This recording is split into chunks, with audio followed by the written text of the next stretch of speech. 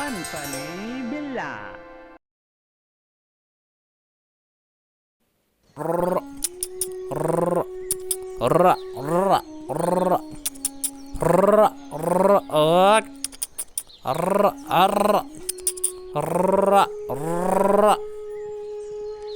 एक समय की बात है, विंदापुर गांव के घने जंगलों के बीचों बीच रामू नाम का एक किसान रहा करता था।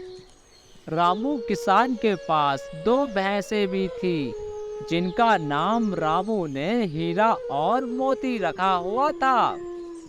रामू अपनी भैंसों के साथ खुशहाली से अपना जीवन व्यतीत कर रहा था और रामू की भैंसें भी रामू के साथ अपना जीवन काट रही थी खुशहाली से। रामू आज ज्यादा थके होने के कारण अपनी चारपाई पर लेट जाता है और कुछ देर बाद रामू को नींद आ जाती है। उसी जंगल के अंदर एक चालाक चतुर लोमड़ी रहा करती थी। लोमड़ी अपनी बातों में किसी भी जानवर को फुसला बहलाकर नदी किनारे ले जाती थी। नदी के पास लोमड़ी का दोस्त मगरमच्छ राज करता था। मगरमच्छ और लोमड़ी की चालाकी पूरे जंगल में आग की तरह फैल चुकी थी। जंगल में रहने वाला कोई भी जानवर अब लोमड़ी की बातों में नहीं आता था। इसी वजह से मगरमच्छ और लोमड़ी दोनों एक हफ्ते से भूखे होते हैं। भूख के कारण तभी मगरमच्छ लोमड़ी से बोलता है, अरे लोमड़ी, आज भी तू खाली हाथ आया है। मैं समझ गया, इस बार भी तेरी बातों में कोई नहीं फंसा। लगता है जंगल में रहने वाले सभी जानवर चालाक हो चुके हैं, या फिर लोमड़ी तेरी बुद्धि की मति मारी जा चुकी है, जो तेरी बातों में कोई नहीं आ रहा। कुछ कर लोमड़ी, नहीं तो हम दोनों एक ना एक दिन भूखे मर जाएंगे। 1 हफ्ता हो चुका है, ना तूने कुछ खाया है ना मैंने कुछ खाया है। तालाब में मछलियां भी नहीं है जो मैं अपनी भूख मिटा सकूं। कुछ कर लोमड़ी। मगरमच्छ की बातों को सुनकर तभी लोमड़ी बोलता है,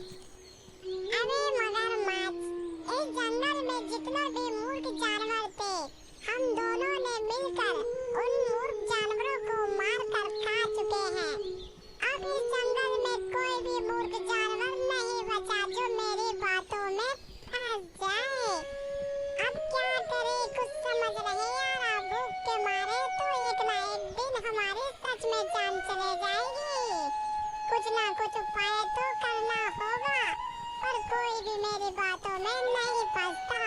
और ऊपर से सभी जानवरों को पता है हम दोनों के बारे में, इसलिए कोई भी जानवर अब मेरी बातों में नहीं आता। लोमड़ी की बातों को ध्यान से सुनकर तभी मगरमच्छ कुछ देर सोचकर बोलता है,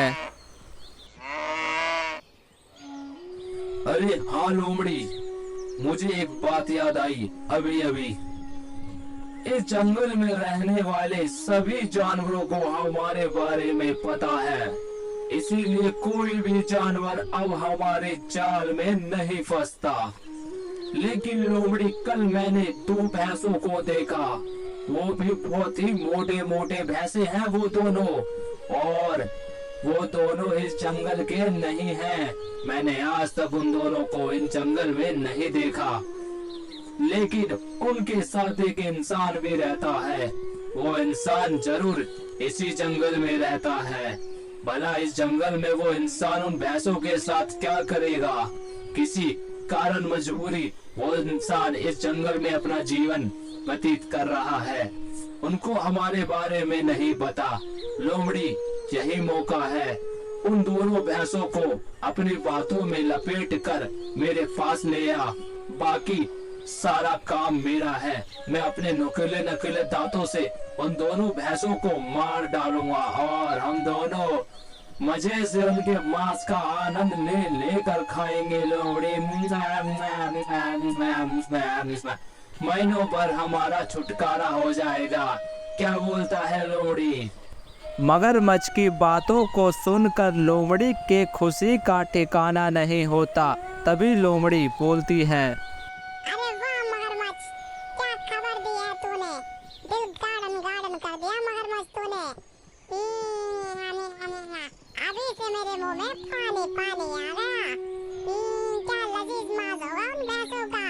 अब देख मगरमच्छ, कैसे मैं उन दोनों को अपनी चिपड़ी चिपड़ी बातों में फंसा कर तेरे पास लेकर आता हूँ, और तू अपने नुकीले नकोले दांतों से उनको मार गिरई हो। महीने भर का हमारा तो ऐसे ही गुजारा हो जाएगा। अब चलता हूँ मगरमच्छ मैं, अब मेरे से रहा नहीं जा रहा। तू क्या रही हो घात लगाकर, चलता हूँ मैं अब। लोमड़ी मगरमच्छ को नदी के अंदर घात लगाकर तैयार रहने के लिए बोलकर वहां से रवाना हो जाता है। रामू की भैंसें हीरा और मोती दोनों आपस में बहस कर रहे थे। तभी लोमड़ी वहां पर आ जाती है और उनकी बातें सुनने लग जाती है। अरे ओ मोती, मैं तुझसे ज़्यादा सुंदर हूँ, तू तो काले सांड की तरह एकदम काला है। ओहो ओ हीरा बेटा, तूने लगता है अपनी शक्ल नहीं देखी आईने में। एक बार तू अपने आईने में शक्ल देख, आईना भी टूट जाएगा तेरी शक्ल देखकर। काला कौन है सबसे ज़्यादा? अगर तुझे विश्वास नहीं तो रुक, ये देख सामने लोमड़ी भाई बैठे हुए हैं, इनको बुलाकर पूछ ले कौन कितना काला है और कौन कितना बदसूरत दिखता है, अभी पता चल जाएगा। अच्छा मोती, अगर ऐसी बात है तो अभी पता चल जाएगा कौन कितना बदसूरत है कौवे जैसा। अभी बुलाता हूँ मैं लोमड़ी भाई को। चालाक लोमड़ी हीरा और मोती दोनों की बातों को सुनकर कोई ना कोई तरकीब निकाल ही रहा होता है। तभी लोमड़ी के दिमाग में एक आइडिया आता है हीरा और मोती को फंसाने के लिए। तभी हीरा लोमड़ी को आवाज़ मारकर अपने पास बुलाता है।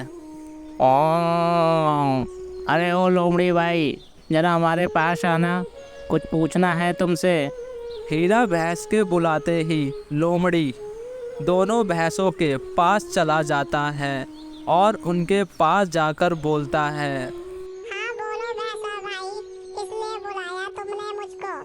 तभी मोती भैंसा बोलता है। लोमड़ी भाई, मैं तुमसे एक बात पूछना चाहता हूँ, सच्ची सच्ची बताना, हम दोनों भैंसों में से कौन सबसे गोरा है? बस इतना पूछना है। बस यही पूछना है तुम दोनों भैंसों को मुझसे। ठीक है, मैं इसका जवाब सही सही दूंगा, पर तुम दोनों नाराज मत हो जाना। मेरे देखने से तो तुम दोनों ही बदसूरत हो, काले कौवे जैसे एकदम काले हो। लोमड़ी की ऐसी बातों को सुनकर हीरा और मोती दोनों भैंसे आग बबूला हो जाते हैं। लोमड़ी हीरा और मोती दोनों भैंसों को आग बबूला देख मन ही मन सोचता है कि यही सही समय है इन दोनों भैंसों को मूर्ख बनाने का। तभी लोमड़ी सही समय देखकर बोलता है। इस जंगल में रहने वाले सभी के सभी जानवर सुंदर हैं, क्योंकि उन सभी जानवरों ने जादुई नदी में डुबकी लगा लगा कर नहाया है। मुझको ही देख लो, मैं भी कितना चमक रहा हूँ, क्योंकि मैंने भी उस जादुई नदी में डुबकी लगा लगा कर नहाया है। लोमड़ी की बातों को सुनकर तभी हीरा और मोती दोनों भैंसे शांत हो जाते हैं और लोमड़ी से बोलते हैं।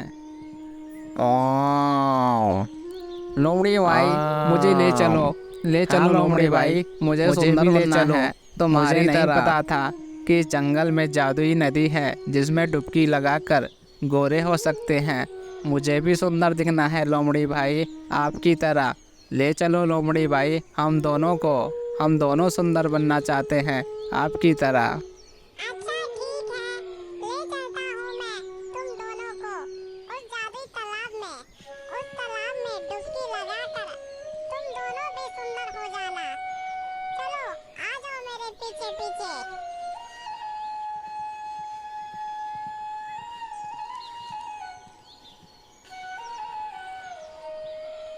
हीरा और मोती दोनों भैंसे लोमड़ी के चाल भरी बातों में फंस जाते हैं और लोमड़ी के कहने पर हीरा और मोती दोनों भैंसे लोमड़ी के पीछे पीछे जादुई नदी की ओर निकल जाते हैं। ये लो, पहुंच गए हम जादुई नदी के पास। यही वो चमत्कारी जादुई नदी है जिसमें सभी जानवर डुबकी लगा लगा के सुंदर हो चुके हैं। अब तुम दोनों की बारी है। अब जल्दी से तुम दोनों भी इस नदी में डुबकी लगा लो ताकि तुम दोनों मेरी तरह सुंदर और चमकदार दिखने लग जाओ। लोमड़ी के कहने पर हीरा और मोती दोनों भैंसे सुंदर दिखने के लिए नदी में डुबकी लगाने ही वाले थे। तभी हीरा को नदी में कुछ दिखाई देता है। तभी हीरा अपने दोस्त मोती से बोलता है, अरे मोती भाई रुको ज़रा, मुझे इस नदी में दो आंखें दिखाई दे रही है। ऐसा लग रहा है ये दो आंखें किसी मगरमच्छ की हैं। अगर हम इस नदी में डुबकी लगाएंगे तो हम दोनों की जान चली जाएगी। हीरा भैंस की बातों को सुनकर तभी लोमड़ी कोई युक्ति सोचकर बोलता है, अरे मोती भाई और हीरा भाई, इस नदी के अंदर जो तुमको दो आंखें दिखाई दे रही है, दरअसल वो मगरमच्छ की नहीं, किसी मेंढक की है। मेंढक ने शायद से सुंदर होने के लिए नदी में डुबकी लगाई हो, इसीलिए वो देखो उसकी आंखें कितनी बड़ी और चमकदार हो चुकी है। मेंढक भी देखो सुंदर हो चुका है। अब जब वो मेंढक इस नदी में से बाहर निकलेगा तो वो और ज्यादा सुंदर हो जाएगा। हीरा और मोती दोनों भैंस लोमड़ी की बातों पर विश्वास कर नदी में सुंदर दिखने के लिए कूद पड़ते हैं। तभी लोमड़ी का दोस्त मगरमच्छ नदी में से बाहर निकल हीरा पर हमला कर हीरा को जान से मार डालता है। हीरा भैंस को मारने के बाद मगरमच्छ मोती भैंस पर हमला कर मोती भैंस को भी जान से मार डालता है। मारने के बाद लोमड़ी और मगरमच्छ दोनों भैंसों के मांस का बड़े चाव से आनंद ले लेकर बड़े चाव से खाते हैं।